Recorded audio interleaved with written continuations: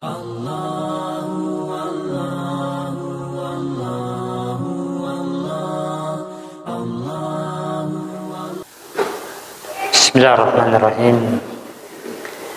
Assalamualaikum warahmatullahi wabarakatuh. Alhamdulillahilladzi arsala rasulahu bil huda wa dinil haqq liyuzhirahu 'ala dini kulli. Asyhadu an la ilaha illallah al-malikul haqqul mubin.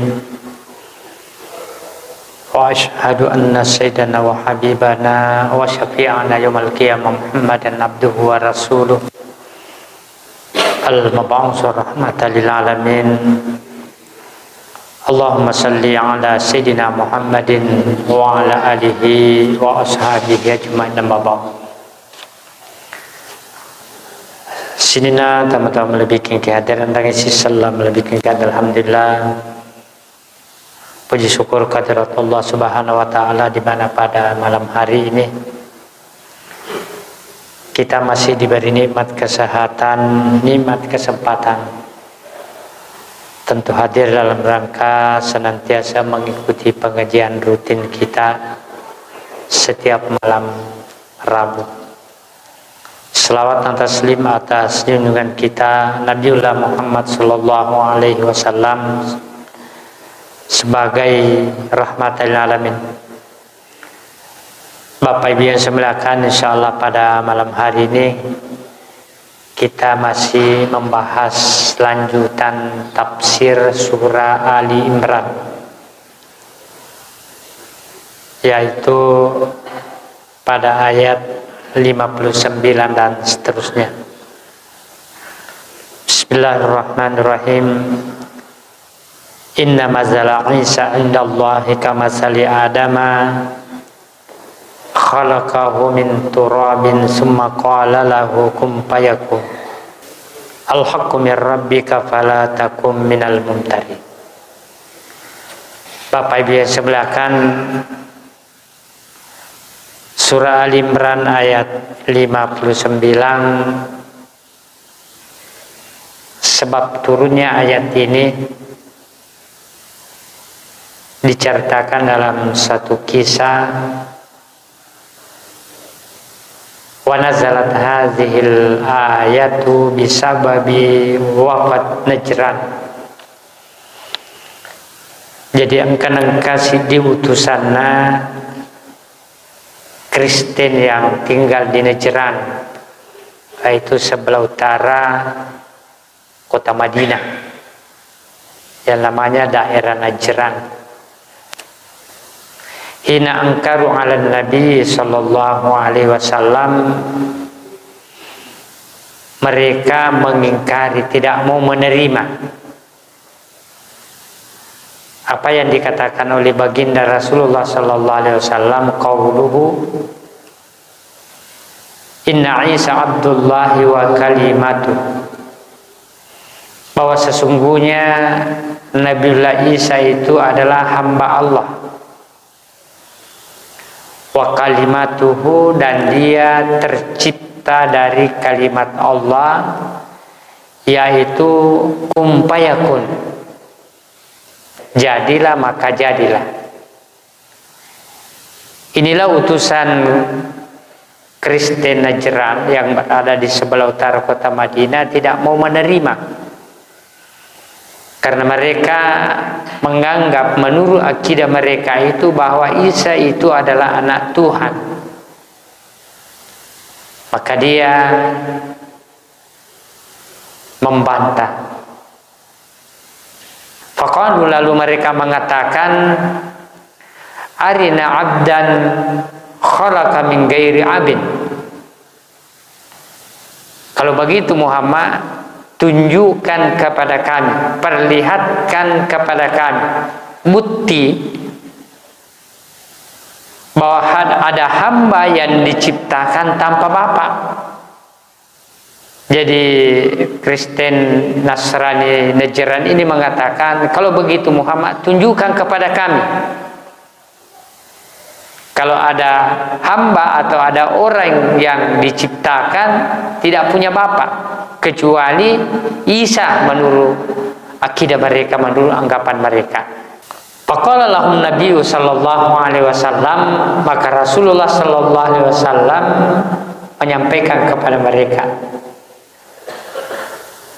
ada man kana abuhu ajibatun min Isa laisa lahu abun. Kata Rasulullah bahwa Adam itu lebih menakjubkan lagi daripada Isa. Adam juga itu laisa lahu abun, dia tidak punya bapak. Bahkan kata Rasulullah, Pak Adam alaihi salam laisa lahu abun wala ummun, jangankan bapak, kata Rasulullah, Adam itu, Nabi Adam diciptakan oleh Allah tanpa bapak dan ibu. Kalau Isa itu mendingan masih ada ibunya, cuma tidak ada bapaknya. Maka sempurnalah penciptaan di dunia ini, Bapak Ibu yang saya muliakan. Ada orang diciptakan tanpa bapak dan ibu, Nabiullah Adam alaihissalam. Ada orang diciptakan dengan bapak tanpa ibu, yaitu istri Adam alaihissalam, ya ibunda Hawa ya alaihissalam. Dia tidak punya ibu, tapi dia terambil dari tulang rusuk Nabiullah Adam. Khalaqahu min dal'il awaj, tercipta dari tulang rusuk yang bengkok. Kemudian ada hamba yang diciptakan tanpa bapak tapi ada ibu. Dan yang lebih masyhur lagi sekarang, kita ini semua ya tercipta punya bapak dan punya ibu. Makanya kalau sekarang ada orang mengatakan, wah, ada anak lahir di situ tanpa bapak, ini sudah tidak bisa diyakini kebenarannya, Bapak Ibu yang saya muliakan, karena sudah sempurna penciptaan manusia yang dibuktikan oleh Allah Subhanahu wa taala. Di riwayat lain dikatakan, wa rawa annahu alaihi salam lamma da'ahum ilal Islam qalu kad kunna muslimina qabla. Bahwa diriwayatkan oleh baginda Rasul SAW ketika mereka ini adalah tokoh-tokoh pembesar Nasrani Najran datang kepada baginda Rasulullah, mereka diajak masuk Islam. Da'ahum ilal Islam, mereka diajak masuk Islam. Qalu, mereka mengatakan, pembesar Najran ini mengatakan, kada kunna muslimina qabla, justru kami yang lebih dulu muslim daripada kamu, kata utusan daripada Nasrani Najran ketika diajak oleh baginda Rasulullah SAW untuk memeluk Islam.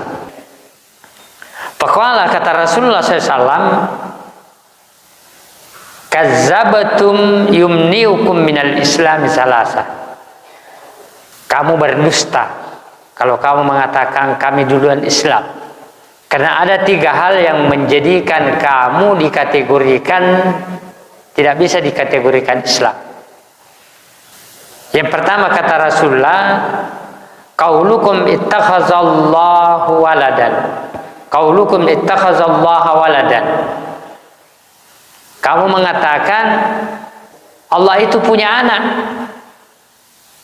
Jadi Rasulullah membantah utusan Najran ini kalau dia mengatakan justru kami duluan muslim daripada kamu. Kata Rasulullah, ada 3 hal yang menjadikan kamu tidak dikategorikan muslim. Ittakhadzallaha waladan, kamu menganggap Allah itu punya anak. Yang kedua, wa akalakumul hinziri, kamu memakan babi yang telah dilarang oleh syariat Islam. Dan yang ketiga, wa sujudukum lis-salib, kamu sujud dan menyembah kepada salib. Inilah 3 kata Rasulullah kepada utusan Najran yang menjadikan kamu tidak bisa dikategorikan Islam. Bapak Ibu sebelah kan. Faqalu man Abu Isa. Mereka mengatakan, kalau begitu bagaimana Isa?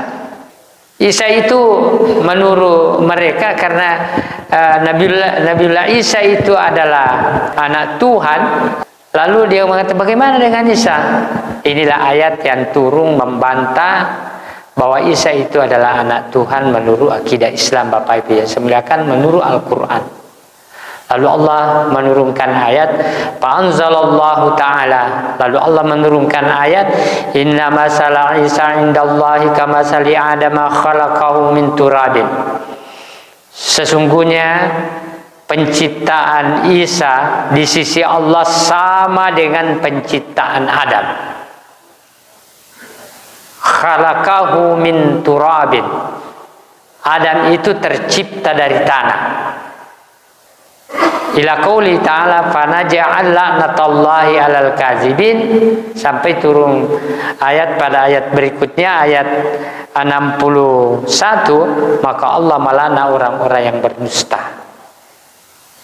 Bapak Ibu yang semuliakan, inilah yang melatar belakangi turunnya surah Al-Imran ayat 59 tentang penciptaan Adam, ya, dengan penciptaan Nabiullah Isa alaihissalam itu sama-sama tercipta dari kalimat kum fayakun. Bapak Ibu yang saya muliakan, masyiral muslimin rahimakumullah. Makanya pada ayat berikutnya Allah berfirman, al-haqqu mir rabbika fala takum minal mumtarin. Maka kebenaran dengan terciptanya Nabiullah Isa alaihissalam dengan kalimat kum fayakun, itu kebenaran, ya, dari Tuhanmu. Fala takum minal mumtarin, dan kalian dan kamu tidak perlu meragukan. Jadi kebenaran penciptaan Isa alaihissalam tidak perlu diragukan. Karena jauh sebelumnya ada orang yang tercipta tanpa bapa dengan ibu. Ada orang yang tercipta dengan bapa tanpa ibu. Maka wajar kalau Isa tercipta dengan ibu tanpa bapa. Maka itu fala takum minal mumtarin, tidak perlu diragukan. Bapak Ibu yang saya muliakan, masyiral muslimin wal muslimat rahimakumullah. Kemudian pada ayat selanjutnya, pada ayat 61 daripada surah Al-Imran, disinilah baginda Rasulullah SAW dianjurkan oleh Allah Subhanahu wa taala, kalau mereka meragukan, kalau mereka menentang kebenaran yang datang dari Allah Subhanahu wa taala, maka perlu diadakan mubahalah, sumpah. Makanya itu sumpah itu sangat besar konsekuensinya, Bapak Ibu yang saya muliakan. Ya, dikatakan dalam riwayat bahwa ketika seseorang menyumpahi seseorang, jadi kong kata tanro ngisi dia tahu. Ternyata apa yang kita ucapkan itu, seandainya kita lihat itu langsung menuju ke atas langit. Lalu setelah itu kembali ke dunia ini, mencari bagaikan sebuah tombak yang meluncur ke atas langit, lalu kembali ke bumi, mencari siapa yang berdusta. Kalau orang yang mengucapkan itu berdusta, maka dia dikembalikan ucapannya itu bagaikan tombak yang datang dari langit. Bahayanya itu sumpah, Bapak Ibu yang sebelah. Apalagi kau menyumpai orang yang tidak jelas orang yang kita sumpai itu hanya karena kebencian kita, lalu kita menyumpai orang yang tanru-tanruan kita ternyata itu kembali kepada orang yang mengatakan, ataukah memang orang yang disumpai itu berdusta, berhak, maka ucapan itu langsung bagaikan tombak mengena. Bapak Ibu yang sebelahkan. Nah, makanya ini ayat ini menganjurkan kepada baginda Rasulullah SAW untuk bermubahal, di mana Allah Subhanahu wa taala berfirman, "Faman hajaka fihi min ba'di ma ja'aka minal ilm." Kalaulah mereka masih membantah kamu Muhammad fihi, tentang penciptaan Isa alaihissalam, Bapak Ibu yang saya muliakan, sama dengan penciptaannya dengan Adam, bahwa Isa itu Abdullah wa kalimatuhu, hamba Allah yang tercipta dengan kalimat kun fayakun. Kalau masih membantah kamu min ba'di ma ja'aka minal ilmi, setelah turunnya pengetahuan yang meyakinkan. Apa yang dimaksud dengan pengetahuan yang meyakinkan? Al-Quran ini Bapak Ibu yang saya muliakan, bahwa informasi yang diberikan oleh Al-Quran, al-haqqu min rabbika fala takum minal mumtarin, tidak bisa diragukan. Bapak Ibu yang saya muliakan, hadzal kitabul la raiba fihi, bahwa Al-Quran ini tidak boleh diragukan. Setelah datang pengetahuan yang meyakinkan, masih membantah kamu, Pakul, katakan kepada mereka, ta'alau nadaw abana'ana wa abana'akum, mari kita mengajak anak-anak kami dan anak-anak kamu, wa nisa'ana wa nisa'akum, perempuan-perempuan kami dan perempuan-perempuan kamu, atau istri-istri kami dan istri-istri kamu, wa ampusana wa ampusakum, diri kami dan diri kalian, summa nabtahil, kemudian kamu bermubahalah. Jadi kalau kamu sudah ajak kepada mereka, anak-anaknya, istrinya, bahkan dirinya, kamu sudah ajak tentang kebenaran ini, kamu bisa bermubahalah. Dan ternyata baginda Rasulullah SAW, Bapak Ibu saya melihat, ketika utusan wafat Najran ini masih tidak mau percaya, maka Nabi mengajak mereka untuk bermubahalah. Tetapi Bapak Ibu yang saya muliakan, mereka itu utusan Najran tidak mau bermubahalah dengan baginda Rasulullah, yang menjadikan mereka juga sebenarnya ragu kepada keyakinan yang ada padanya. Tapi Rasulullah sudah meyakini betul. Makanya Allah menganjurkan kepada baginda Rasulullah, kalau keyakinanmu sudah mantap dengan informasi yang datang dari Al-Quran yang tidak boleh diragukan, silahkan summa nabtahil, silahkan bermubahalah. Ini mungkin orang-orang yang membahasakan sumpah pocong, ya kan? Ada biasa istilah itu sumpah pocong. Ada satu rela meninggal kalau memang dia berdusta dan lain sebagainya. Nah, biasanya ini terjadi kalau ada seorang laki-laki menuduh istrinya yang selingkuh, lalu istrinya membantah untuk membuktikan kebenaran itu. Maka barang siapa yang berdusta, maka Allah akan melaknat mereka.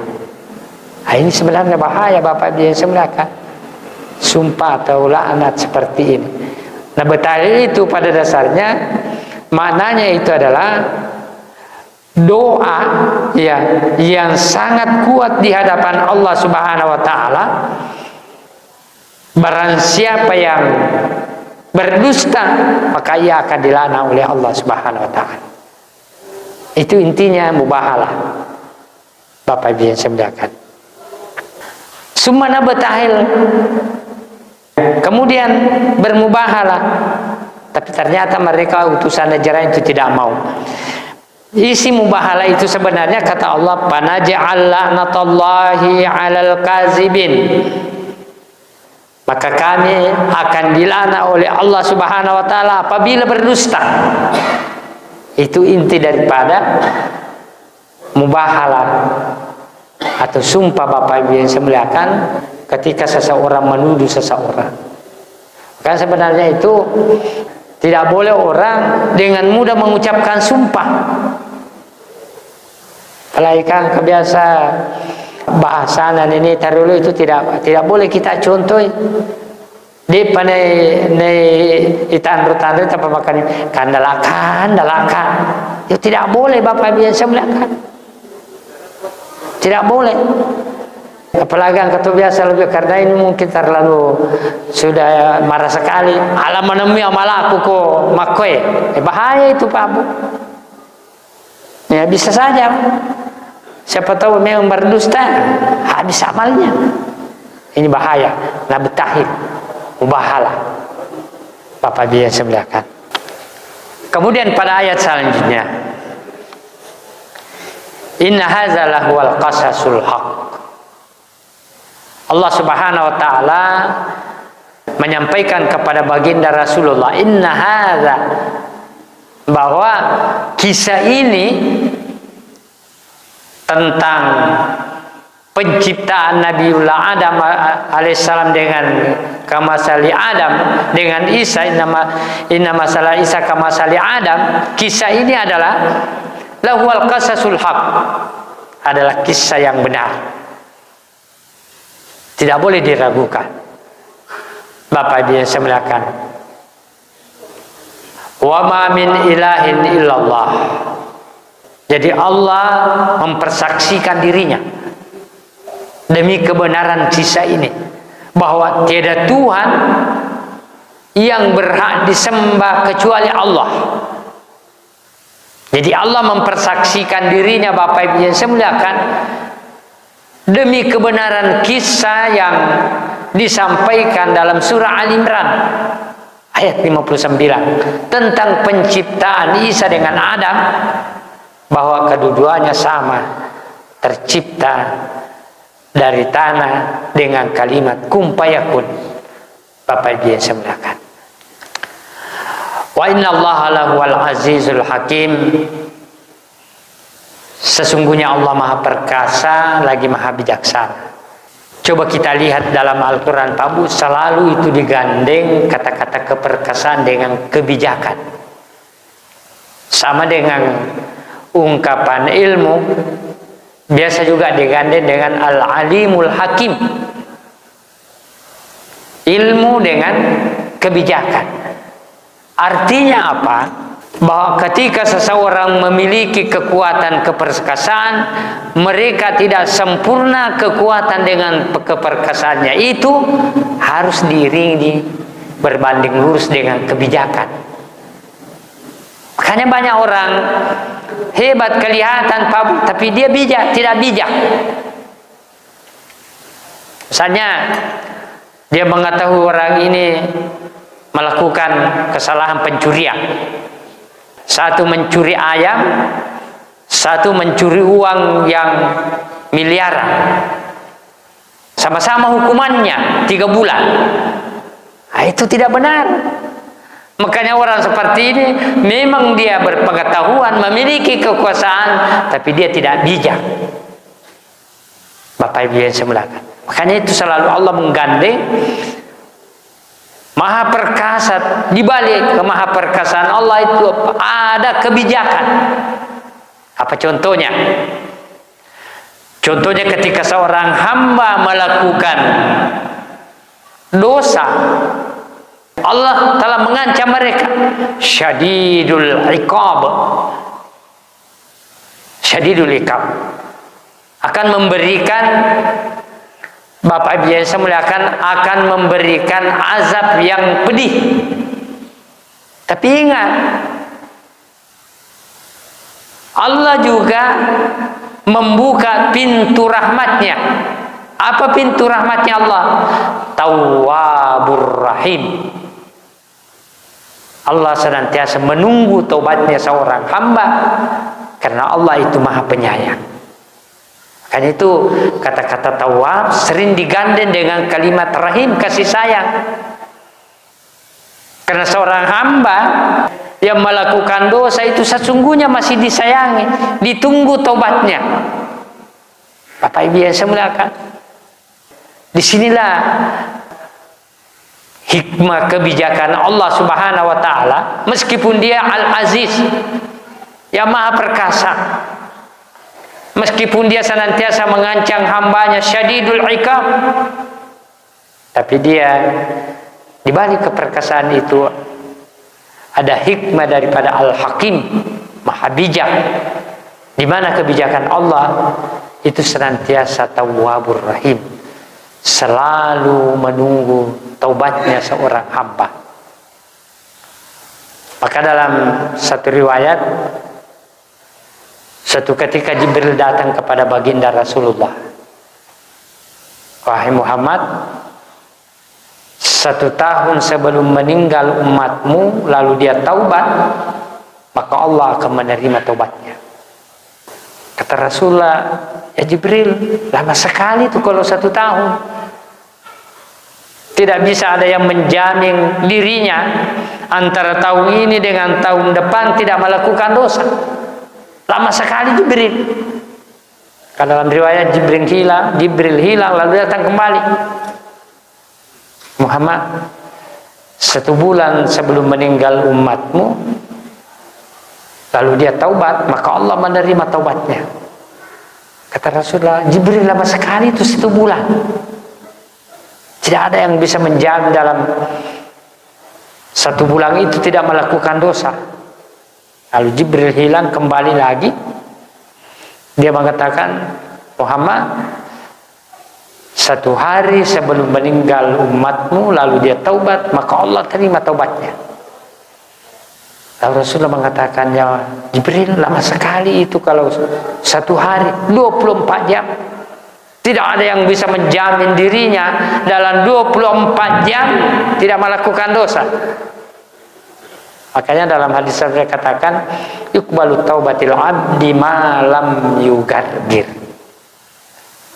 Disinilah rahmatnya Allah Subhanahu wa Ta'ala. Bapak Ibu yang saya muliakan, disinilah maha bijaknya, hakimnya Allah Subhanahu wa Ta'ala. Kata Rasulullah, diterima taubatnya seorang hamba sepanjang napasnya belum naik, dalam arti menghadapi sakaratul maut. Bapak Ibu yang saya muliakan, jadi diterima taubatnya seorang hamba malam yugargir, sepanjang belum menghadapi sakaratul maut. Bapak Ibu yang saya muliakan, disinilah sifat rahmatnya Allah Subhanahu wa Ta'ala.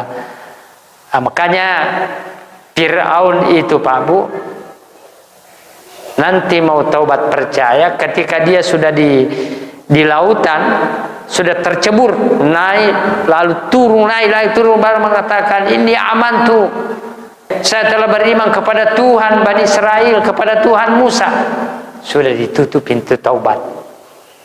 Bapak Ibu yang saya muliakan, Masyiral muslimin wal muslimat rahimakumullah. Disinilah hakimnya, maha bijaksananya Allah Subhanahu wa Ta'ala. Meskipun dia Al-Aziz,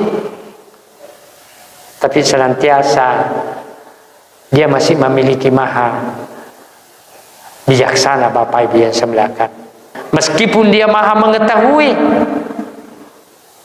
tapi dalam pengetahuannya itu punya nilai-nilai Al-Hakim.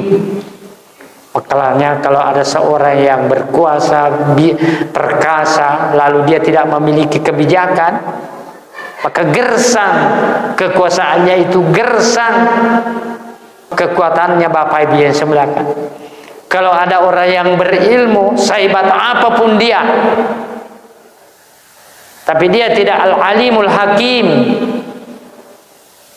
tidak berbanding lurus dengan sikap kebijakannya, maka ilmunya itu gersang, Bapak Ibu yang semuakan. Makanya kita lihat banyak orang pintar, banyak orang berkuasa, tetapi mengambil keputusan yang bijak itu belum tentu Bapak Ibu yang semuakan. Makanya kedua kata ini selalu digandeng oleh Allah Subhanahu wa taala, Al-Azizul Hakim, Al-Alimul Hakim. Lalu sisi rahmatnya Allah, Tawwabur Rahim. Bapak Ibu yang semuakan. Kemudian terakhir, fa in tawallau. Ini biasa, inilah kelemahan kita, kesalahan kita orang-orang Bugis. Bapak Ibu yang semuakan, merusak nilai-nilai ya kemuliaan Al-Quran. Ada yang biasa mengartikan fa in tawallau nasallauni. Nah, ini tidak benar. Meskipun artinya fa in tawallau, kalau mereka menolak ajakan itu ya Muhammad, ingat fa innallaha alimun bil mufsidin. Maka Allah Maha mengetahui orang-orang yang ingin berbuat kerusakan. Bapak Ibu yang semuakan. Jadi kalau mereka menolak, dalam arti di sini kenapa Allah mengatakan fa innallaha alimun bil mufsidin? Karena bisa jadi ada orang Bapak Ibu yang semuakan menolak, tapi kalau kita berhadapan bagus bicaranya. Oh, makanya bicara anak kutusiolog. Seakan-akan dia tidak menolak, padahal hatinya menolak. Makanya Allah tutup ayat ini. Ya ingat, fa innallaha alimun bil mufsidin. Meskipun ucapanmu manis di hadapan orang, meskipun kau sembunyikan penolakanmu itu, ingat, fa innallaha alimun bil mufsidin. Maka sesungguhnya Allah Maha mengetahui orang-orang yang membuat kerusakan. Bapak Ibu yang semuakan. Masyiral muslimin wal muslimat rahimakumullah. Sekira inilah pengantar 4 ayat yang kita pelajari pada malam hari ini. Mudah-mudahan akidah kita sudah mantap bahwa penciptaan Isa dengan penciptaan Adam adalah sama, dan yang menciptakan juga adalah sama, Allah Subhanahu wa taala, dan kedua-duanya juga adalah sama, hamba Allah di hadapan Allah Subhanahu wa taala.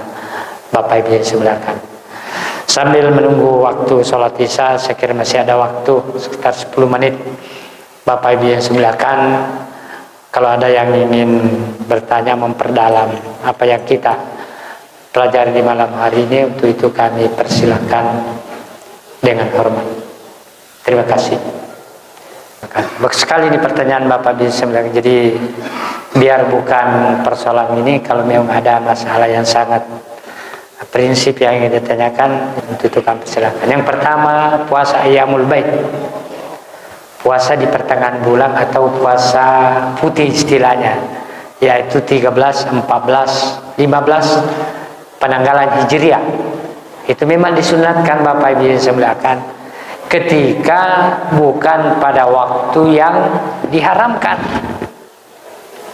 Mana yang dimaksud diharamkan? Yaitu pada hari raya Idul Adha kita tidak boleh berpuasa, ditambah dengan hari tasyrik 10, 11, 12, 13. Jadi meskipun memang itu Ayyamul Bait, tetapi ada dalil mengharamkan tentang puasa di situ, maka tidak menjadi sunnah, itu menjadi haram. Sama seperti kalau bertepatan dengan hari Kamis atau hari Senin, kita berpuasa masuk di hari Lebaran, itu juga tidak dibolehkan kita berpuasa meskipun disunatkan. Jadi tidak boleh kita puasa Ayyamul Bait.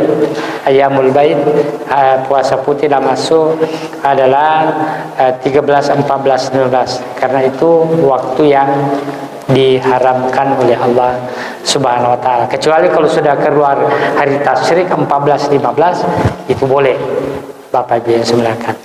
Satu. Kemudian yang kedua, korban, betul. Ini hadis datang dari Ummu Salmah. Nah, inilah namanya fikih Bapak Ibu yang saya muliakan. Jadi namanya fikih itu pemahaman seorang ulama menyikapi suatu dalil. Makanya kalau ada orang mengatakan tidak perlu kita berpegang kepada pendapat ulama langsung kepada Al-Quran dengan hadis, jangan-jangan orang itu yang memahami Al-Quran dengan hadis tanpa pengetahuan tentang ilmu. Karena memahami Al-Quran itu bukan hanya dengan modal terjemahan Bapak Ibu yang saya muliakan. Banyak ilmu yang bisa mendukung untuk memahami Al-Quran. Bahasa Arab boleh, pengetahuan bahasa Arab boleh, usul fikih boleh, ilmu balaghah boleh. Makanya kalau ada orang mengatakan kita kembali kepada Al-Quran dan hadis, tidak boleh mendengarkan, melihat pendapat ulama, ini perlu kita hati-hati. Jangan-jangan dia yang memahami Al-Quran, dia yang memberikan interpretasi Al-Quran, ini sangat bahaya, Pak. Ini hadis datang dari Ummu Salmah.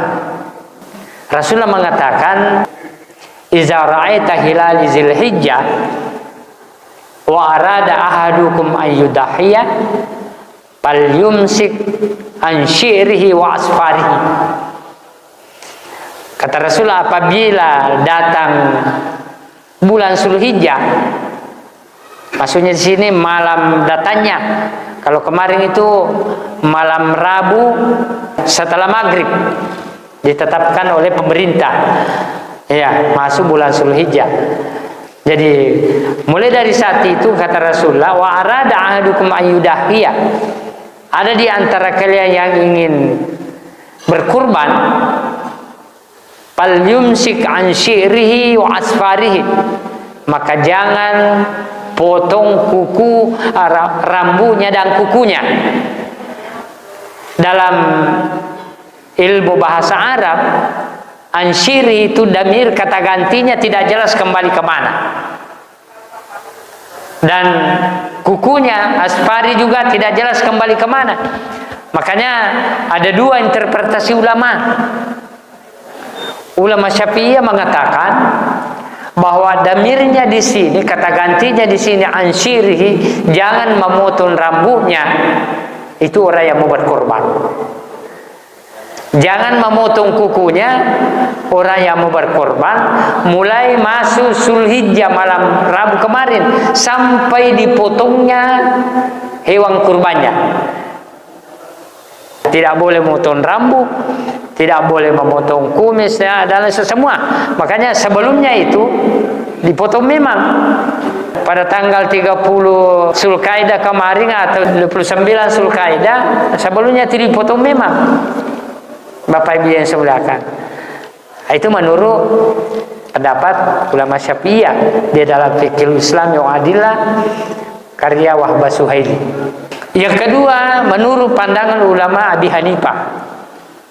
Abi